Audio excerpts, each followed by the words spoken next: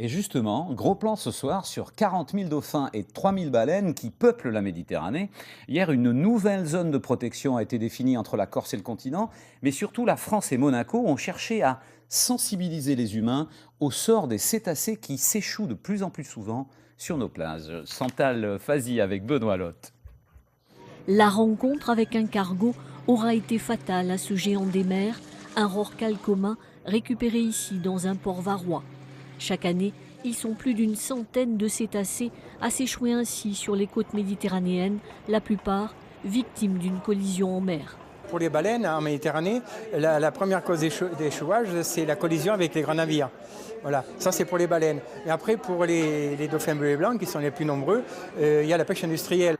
Autre cause d'échouage pour les cétacés évoquée hier à Monaco lors d'un congrès sur la préservation des océans, la pollution, toujours aussi insidieuse en Méditerranée.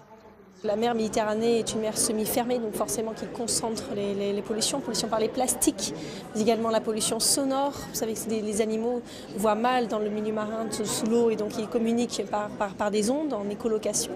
Donc ça peut leur perturber leur vie, leur façon de vivre. Sensibiliser le public à cette problématique, apprendre les bons gestes, la conduite à tenir en cas d'échouage, c'est le but de ces ateliers. Ce sont des animaux sauvages, ils sont potentiellement vecteurs de maladies contre lesquelles nous ne sommes pas immunisés. Donc il faut garder ces distances et il faut essayer de délimiter un périmètre de sécurité autour de l'animal de façon à éviter à ce que les gens se rapprochent.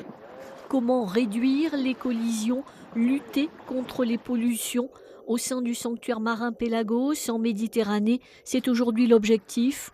Un appel à projet vient d'être lancé dans les 3 pays, Italie, France, Monaco. Des mesures concrètes sont attendues d'ici 2 ans.